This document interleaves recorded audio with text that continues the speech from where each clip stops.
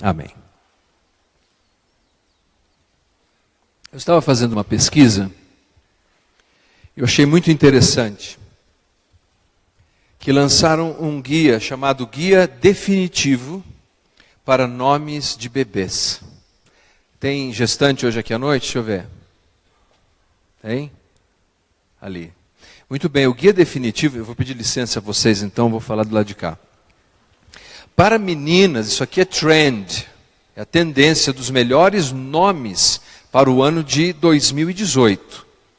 Meninas, Aurora, Clarice, Violeta, Olivia e Valentina. Tem vários outros nomes, eu só coloquei alguns aqui. Aurora, não sei, é legal, mas pode ser que sofra bullying com mortadela, coisa assim. Mas aí você pensa bem, mas esses são alguns nomes para menina. Você é menina ou menino? Menino? Então agora vai os meninos. Pessoal, tem gestante desse lado aí? Então, vou continuar do lado de cá. Menino. Gael, Miguel, Gabriel, e aí os dois últimos ficou diferente, Heitor e Dom.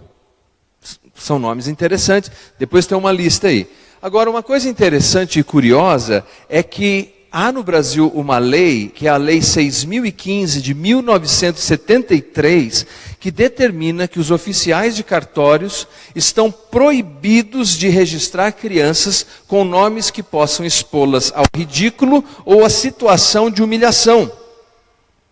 Porque aqui no Brasil já tivemos muitos nomes estranhos. Por exemplo, anotei alguns. ABC Lopes. Açafrão Fagundes, bandeirante brasileiro paulistano. Esse aqui é o meu favorito. Bem-vindo o dia do meu nascimento. Cardoso Bizarro Assada. O que é isso?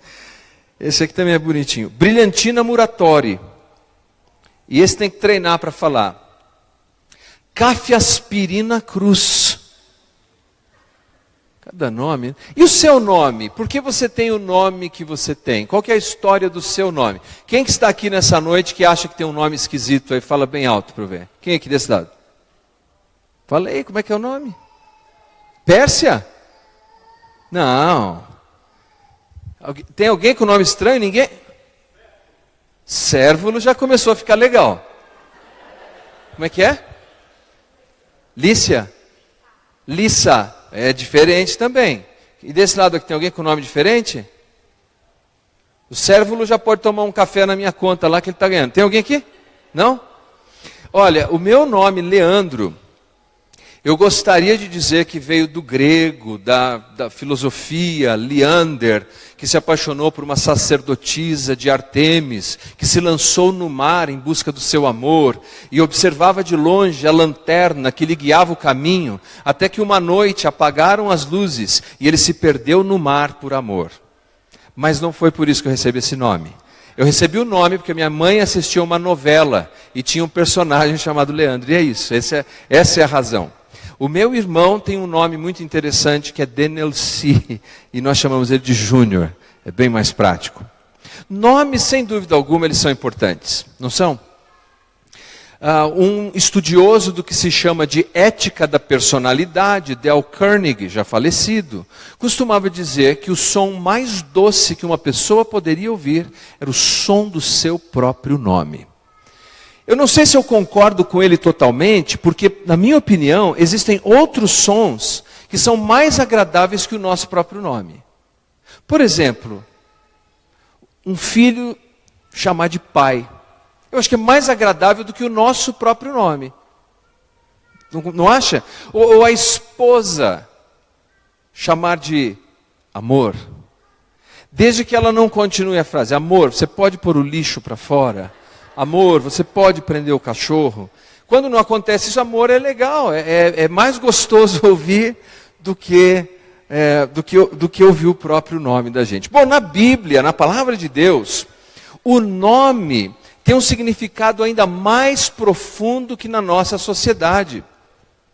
O nome nas páginas do Antigo e do Novo Testamento tem um significado tão profundo e relevante, porque ele descrevia, num certo sentido, as expectativas que os pais tinham em relação aos seus filhos. Por exemplo, Salomão, ou Shalomon, o homem da paz. E você sabe que ele foi um rei. E ele vivia essa expectativa. Era como se todos os dias ele tivesse que provar para alguém que ele era um homem da paz. E para fazer isso, quando estudamos a biografia de Salomão, ou Shalomon, nós vemos que ele fez um esforço tão grande para ser um rei de paz, criar alianças com os povos à sua volta, que ele se casou múltiplas vezes com as filhas, as princesas desses reinos estrangeiros.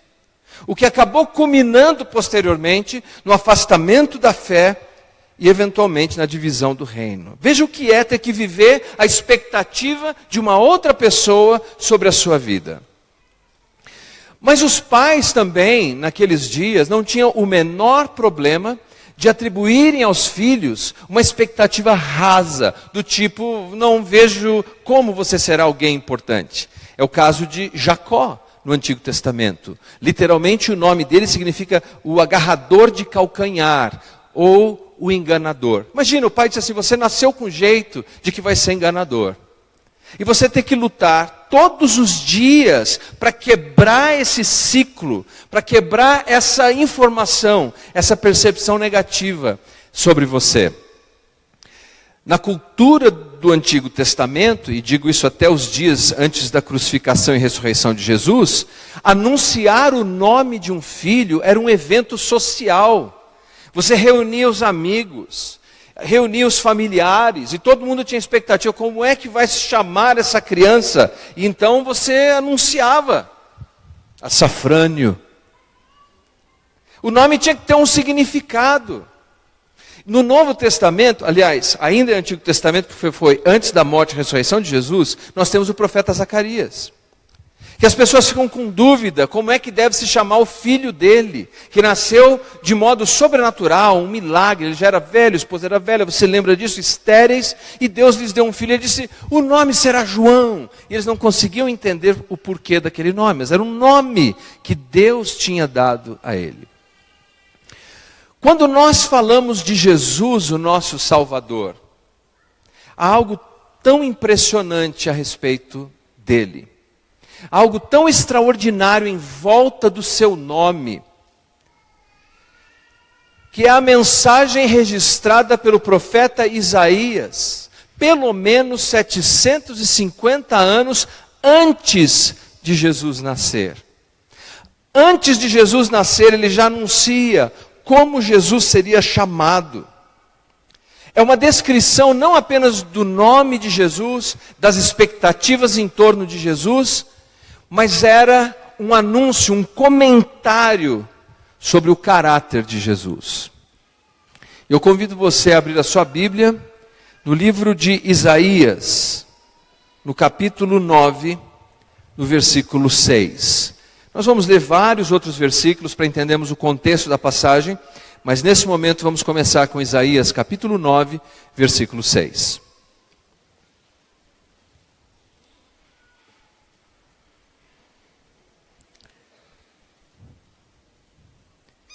Se você encontrou, por favor, diga amém. A palavra de Deus diz assim: porque um menino nos nasceu, um filho se nos deu, o governo está sobre os seus ombros, e o seu nome será Maravilhoso Conselheiro, Deus Forte, Pai da Eternidade, Príncipe da Paz. Quando nós lemos esse texto, é muito importante entendermos a história por trás dessa mensagem. Você notou que ela inicia com um conector. Por quê? Porque um filho se nos deu. Quer dizer, há informações que antecedem essa profecia, que são extremamente importantes. O profeta Isaías exerceu seu ministério em Jerusalém. Portanto, se nós olharmos um mapa, ele está no sul, profetizando para o reino do sul. O reino do norte, durante o ministério de Isaías, foi capturado pelos assírios, por conta da sua rebeldia, por conta dos seus pecados, por conta do seu não arrependimento. Aqui é muito importante. Quando Deus nos exorta, nos arrependemos dos nossos pecados, e Deus nos dá a chance, Deus é longânimo, Ele nos dá um prazo, mas nós não podemos tratar esse prazo com leviandade.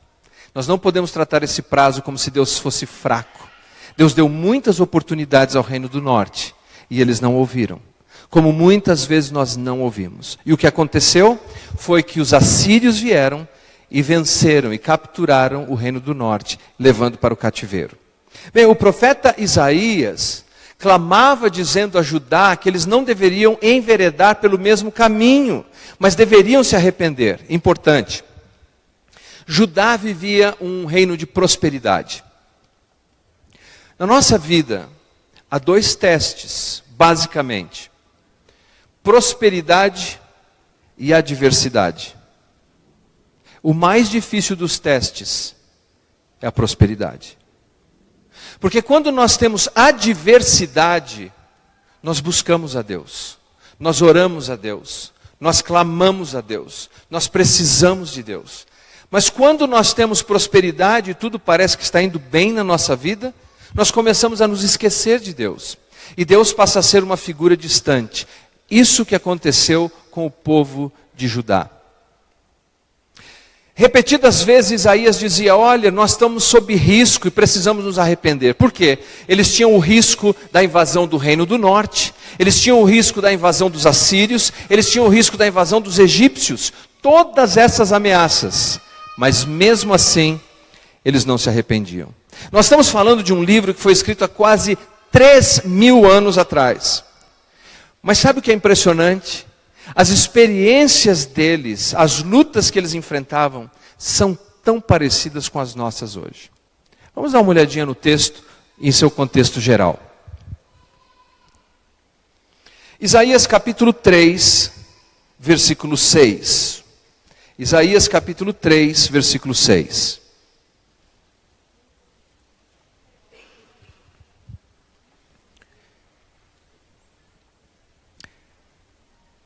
Amém? Pode ligar no celular, no tablet, enfim. Na tecnologia que você tiver, no Google Glass, o que mais que existe? iWatch, o que você tiver aí. Também. Quando alguém pegar de seu irmão na casa de seu pai, dizendo, tu tens roupa, sê nosso governador, e toma sob a tua mão esta ruína. Note que o texto está usando de um sarcasmo. Ele está dizendo o seguinte, que o povo está sofrendo uma crise de liderança. Eles não encontram um líder em quem eles podem confiar. Eles não podem confiar num líder político, eles não conseguem confiar num líder religioso, eles não encontram em quem eles podem depositar a sua confiança. Então o que o texto está dizendo é que então é como entrar na casa do seu pai e ver que o seu irmão tem uma roupa bonita. E diz, olha, você tem a roupa certa. Já que você tem terno e gravata, vem você e governa sobre nós. Você serve só pela roupa que você tem.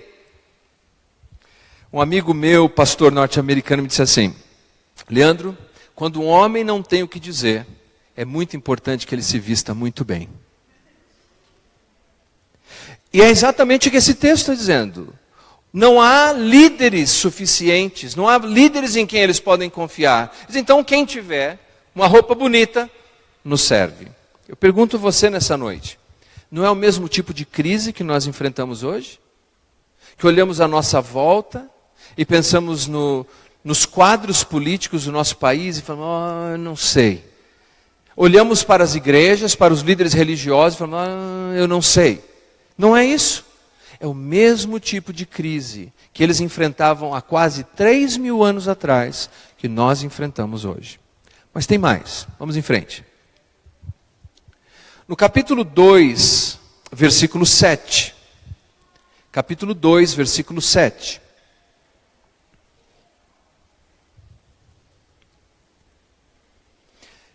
E a sua terra está cheia de prata e ouro, e não tem fim os seus tesouros. Também a sua terra está cheia de cavalos, e os seus carros não têm fim. Sabe qual era a crise deles? O termo é novo, o problema é velho. Consumismo.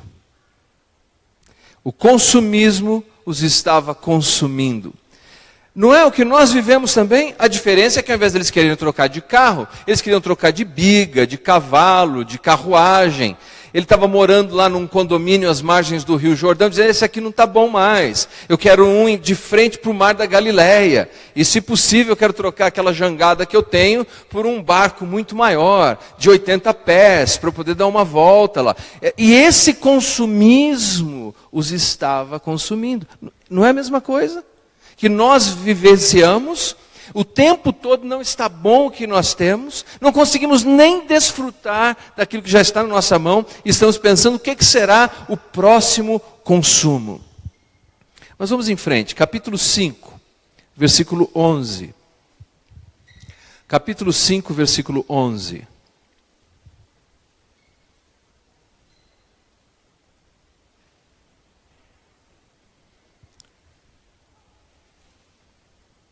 Ai dos que se levantam pela manhã e seguem a bebedice e continuam até a noite, até que o vinho os esquente. Abuso de droga lícita.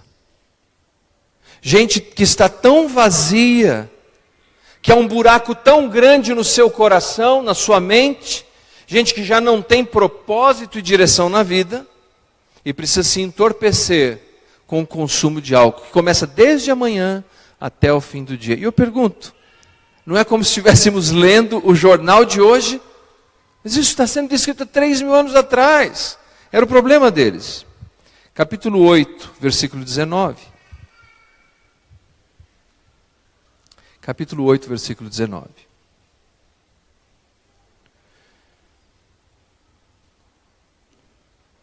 Quando, pois, vos disserem, consultai os que têm espíritos familiares e os adivinhos e que chilreiam e murmuram, porventura não consultará o povo ao seu Deus? A favor dos vivos consultar-se-á os mortos? Confusão religiosa. Então você tem um problema. Um problema que nós vivemos hoje. Nós não sabemos se a verdade é absoluta ou ela é relativa, se eu posso confiar em Jesus ou não posso, no Evangelho. É isso que encontramos. E me permita lhe dizer, a internet se transformou no pinico do mundo. E é lá que você encontra justificativas para qualquer prática que você desejar. Ou qualquer prática que eu desejar. E nós enveredamos para o mesmo caminho que o povo de Judá. Como termina? Capítulo 8, versículo 22. Diz assim, e olhando para a terra, eis que haverá o quê? Angústia, escuridão, sombras de ansiedade, e serão empurrados para as trevas.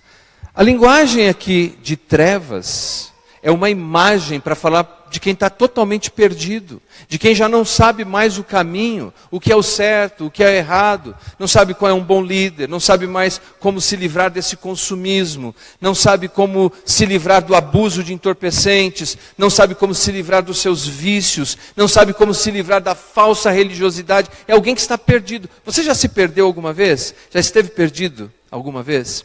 Eu já estive algumas vezes na minha vida. Talvez a pior experiência tenha sido essa. Eu tinha um Fuscão marrom. Aliás, a Julie ficou encantada por isso. Ela disse, esse é o cara, esse é o cara. Esse Fuscão marrom, eu não estou entendendo, vocês estão rindo aí.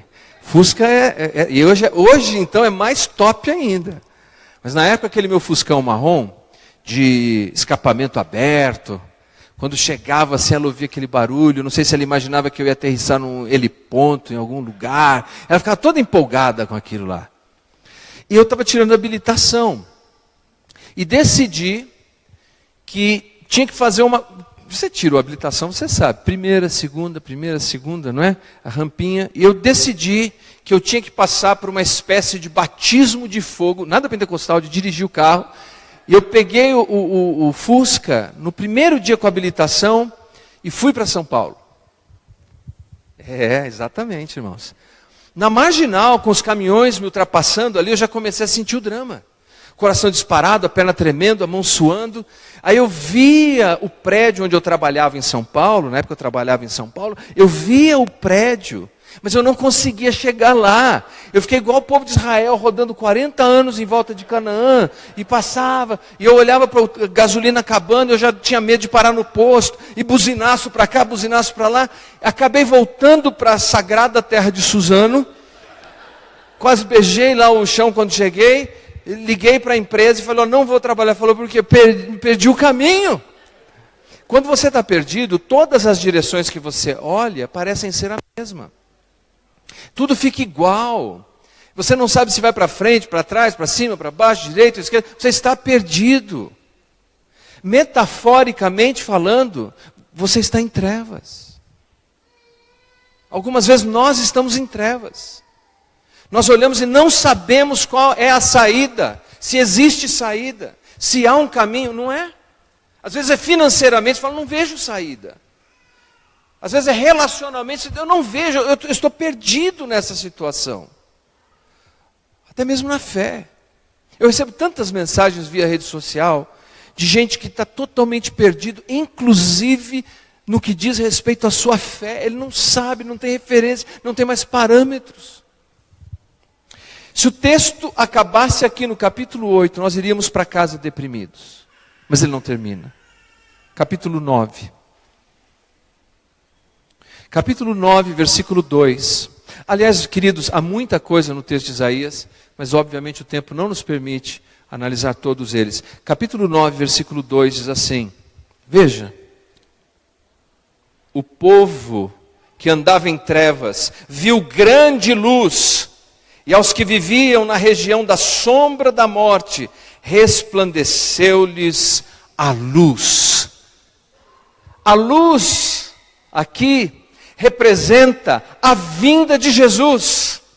A luz aqui representa a manifestação do Messias. Isaías fala do Messias em duas vindas. A primeira vinda de humilhação, resgate, a sua segunda vinda em glória e esplendor. Nós aguardamos a segunda, eles ainda aguardavam a primeira. A vinda do Messias, que ele chama de maravilhoso conselheiro. Alguém que pode nos mostrar qual é o caminho. Charles Spurgeon, um dos grandes pregadores do passado, escreveu assim sobre Jesus. Você está comigo aí? Diga amém. Amém. Como precisamos de Jesus como nosso conselheiro. Foi por um conselheiro que este mundo se arruinou. Não se escondeu Satanás na serpente e aconselhou a mulher com muita astúcia para que ela tomasse para si o fruto da árvore do conhecimento do bem e do mal, com a esperança de que assim ela se tornasse como Deus? Não foi esse um conselho maligno que provocou nossa mãe a rebelar-se contra o seu Criador? E não o fez com o efeito do pecado, trazendo a morte para este mundo com toda a sua destruição e ais? Ah, amados, é certo que o mundo necessita de um conselheiro para restaurá-lo, considerando que teve um conselheiro para destruí-lo. Bons conselhos nos levam à vida. Maus conselhos nos levam à morte. Todos nós precisamos de conselhos, em algum momento da vida. De uma direção, de uma palavra, formalmente ou informalmente. Se você é um empresário, e você contratar um mau consultor, ou um mau conselheiro, você pode perder a tua empresa. Se você é um executivo e você contrata um coach, e ele não é um bom coach, ele pode destruir a sua carreira. Se você der ouvidos a maus conselhos em qualquer área da sua vida, você vai invariavelmente desembocar em algum tipo de morte e destruição.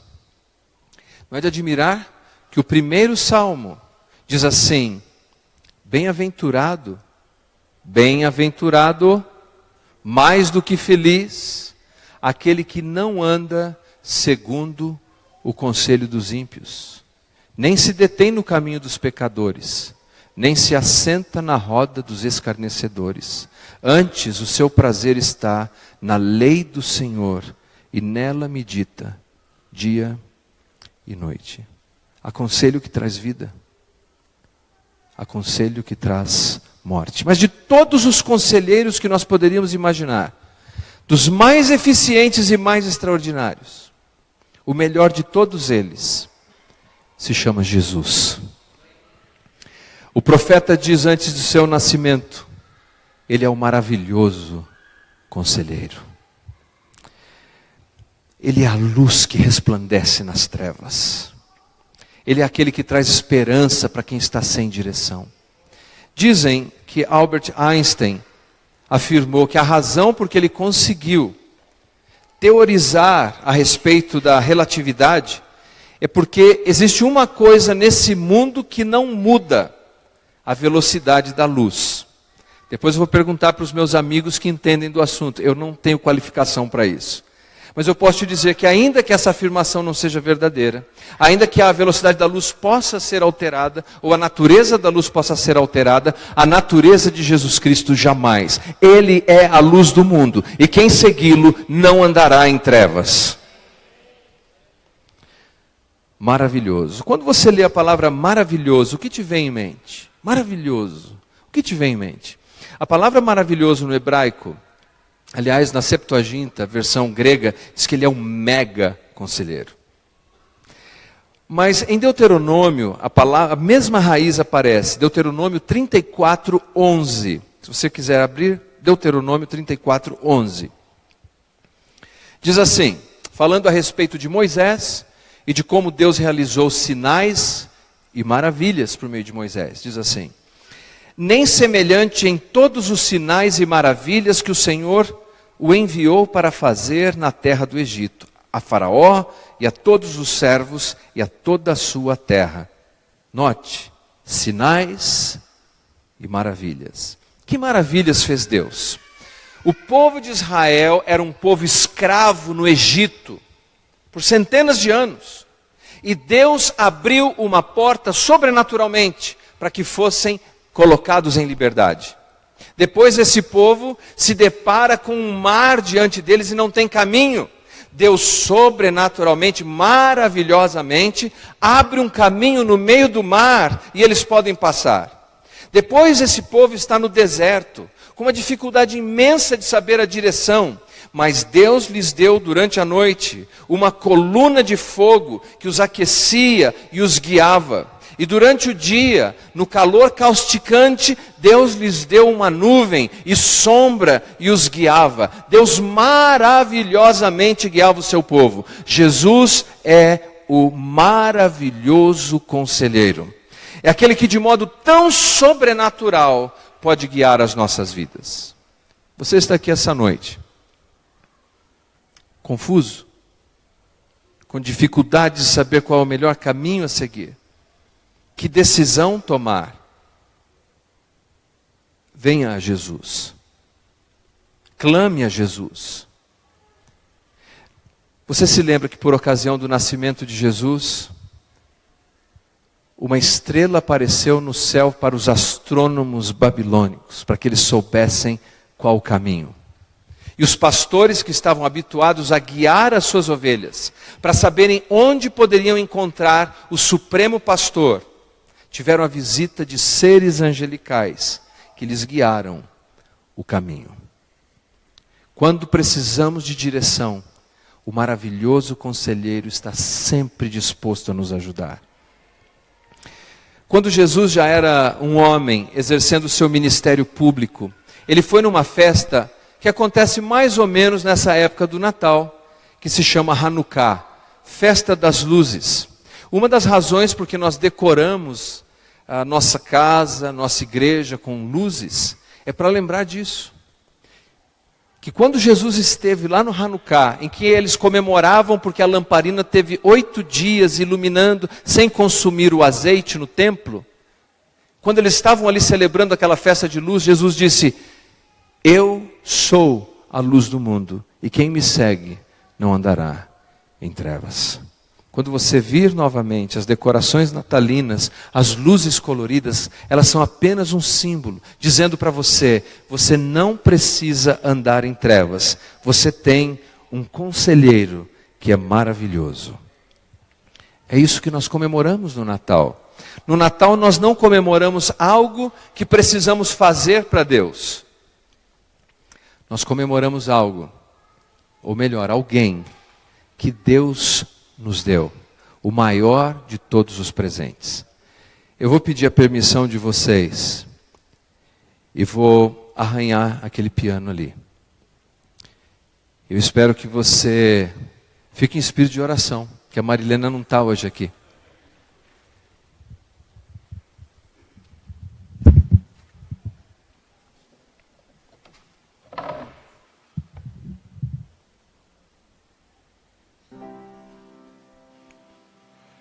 Claro, sim, está o dia que eu irei ao encontro do Rei. Estarei preparado para quando Ele voltar. Desta vez em minha vida as trevas não tiveram lugar, pois a luz de Jesus em mim brilhou. Ele é a luz do mundo, quem segui-lo em trevas não andará. Uma promessa nos fez, que um dia virá nos buscar. Claro, sim, está o dia que eu irei ao encontro do Rei. Estarei preparado para quando Ele voltar. Ele é a luz do mundo, quem segui-lo em trevas não andará. Uma promessa nos fez, que um dia virá nos buscar.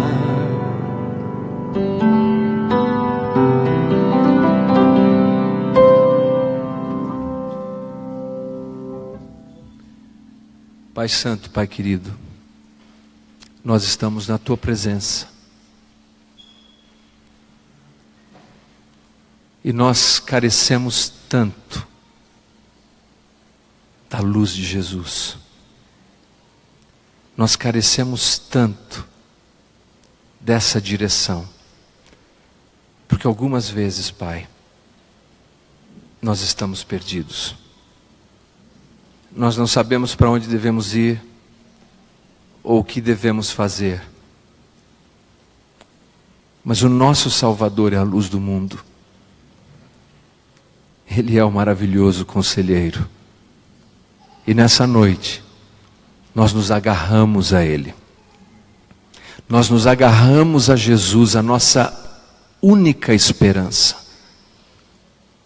para encontrarmos o caminho e celebrarmos, Senhor, como disse a profecia, o povo que andava em trevas viu grande luz.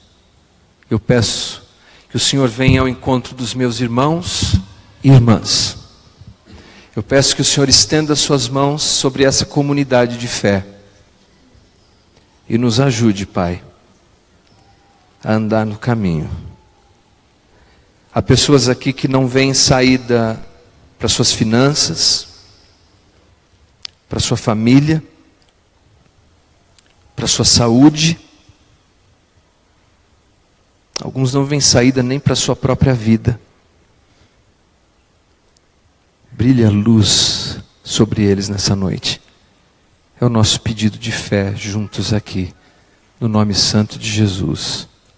Amém. Você recebe a palavra de Deus nessa noite? Muito obrigado pela sua presença, que o Senhor te abençoe. Vamos nos colocar em pé. A equipe de louvor vai cantar mais uma canção para nós encerrarmos. E eu desejo que o amor de Deus Pai, o Todo-Poderoso, que a graça infinita do Senhor Jesus Cristo, que a consolação e o encorajamento do Espírito Santo de Deus esteja sobre a sua vida, não somente hoje, mas para todo sempre. Quem crê, diga amém. Uma salva de palmas a Jesus. Ótima semana. Deus abençoe você. Deus abençoe você.